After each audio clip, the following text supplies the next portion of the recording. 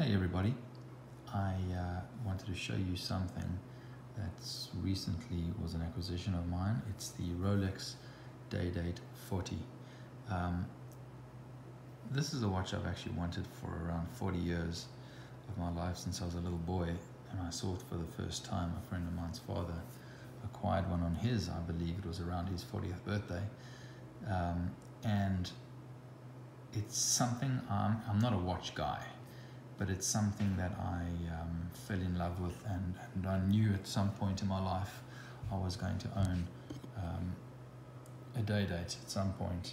It was inevitable, and I've waited and watched all the various models. This was in the late 70s, early 80s, and I watched all the various models come and go, and the Day Date 40 came out at Basel 2015, and I believe in 2016 it came out for production retail, and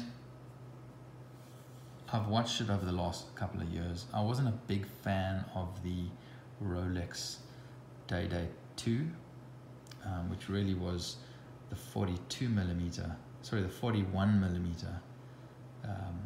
diameter, so 41 millimeter from the edge of the crown to the back of the watch, really this measurement here. But I found that all they did was they had enlarged the actual watch, but didn't enlarge the bracelet from the 36 millimeter size. So that wasn't something I was really excited about. The Day Date 40 really was a complete overhaul of a brand new day date, also known as the President. And it really was a completely new concept in terms of the watch itself, a real innovative change of a model that's been around since about 1956. So some of the big changes are, firstly, those of us who follow the Day Date are all aware of the Day Date and its bracelet, issues around the bracelet, the stretch, so to speak, where the pins inside the bracelet that hold the links together have stretched and bent over time to sort of give that wavy S-type stretch throughout the bracelet. Here they've changed it. Firstly, they upgraded the type of steel that's used in the pins, and then they've placed a ceramic sleeve around the pin in the link. And so they've reinforced that within the bracelet so that it would avoid that presidential stretch that one found in previous years in the bracelet. In terms of the watch, it's a brand new movement, 3255 movement. Big issue in that, big update on that was a 72-hour power reserve and a far more complicated and improved movement within the watch. So that's great to have too.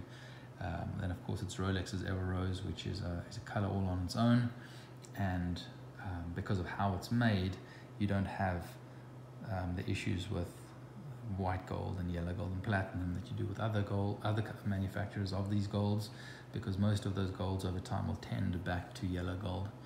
This Rolex's Ever Rose, as they call it, will always stay this color forever. Other changes is obviously the size. It went from 41 millimeters back to 40, which I think is a perfect size. And what they've done is they've recalibrated the bracelet and the lugs to fit the watch from a perspective point of view a lot better. And then of course, if you look at how the bracelet connects to the actual watch itself, there's a new design of that, which personally I think is a far superior design. It gives it sort of this infinity pool type look where the bracelet disappears into the case. Something I really like. Those little details that have worried me around some of the other Day Date models, in that I haven't liked the feature of how the lugs, the end of the strap and the case all meet one another. And so with this one, it's really improved. I tend to prefer the classic styles around the Day Date. For example, if I would have purchased the yellow gold version of the Day Date, I would have most likely have gone with a champagne dial, the battens as I have here, or I really, not being a fan of Roman numerals, I love Rolex's new version of the Roman numerals, the broken up little battens that have been placed one on top of the other.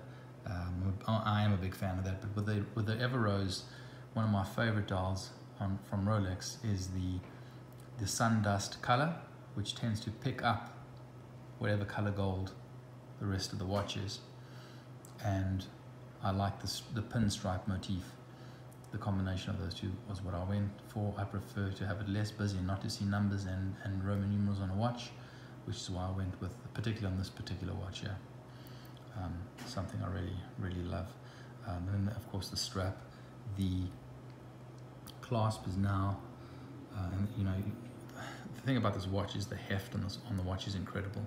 One looks at it and just the feel of it. It's just a solid block of gold inside the milling out on the clasp, so that the one part of the clasp fits flush within the other, and then of course the Rolex hidden clip closes with a snick, and it just is one seamless bracelet all the way through, other than the 5-point coronet Rolex brand logo. So yeah, I've loved this watch. I've now been wearing it for 4 months. It's now my daily carry.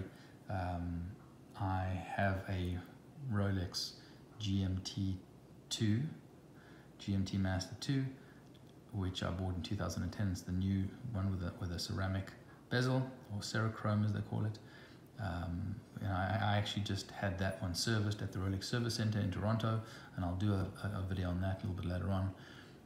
But having worn that every single day for the last 8 years, since I purchased this 4 months ago, I have not been able to take this gold Rolex off my arm. I absolutely love it. It's my daily wear. I don't shower with watches. I don't sleep with my watch, and I don't do sport with my watch. 3 S's: sleep, sport, and shower. I tend not to do those with watches. Although I will swim in the swimming pool with my GMT, I won't do that with this watch. And I find just the watches last a lot longer. In terms of daily maintenance, what I've always done with my watches, and it's worked well with me. I'm living by the 3S standard. I don't sleep, shower, and sleep, shower, and sport with my watches, even with the GMT. In fact, what I do is after I shower, I then pick up the watch and take my damp towel, and I'll do a gentle wipe down on the inside and the outside of the watch, and all the edges of the watch. So, you know, all the edges here, all these edges I'll wipe down. I'll wipe down the watch on the inside as well. I'll wipe the face and on the inside, and I found that has really helped me to maintain my watches and keep them in good shape and good stead. So, thank you for watching this clip. I hope it's been useful. Give me a thumbs up if it was good, thumbs down if it sucked, and leave some commentary down below. Thank you.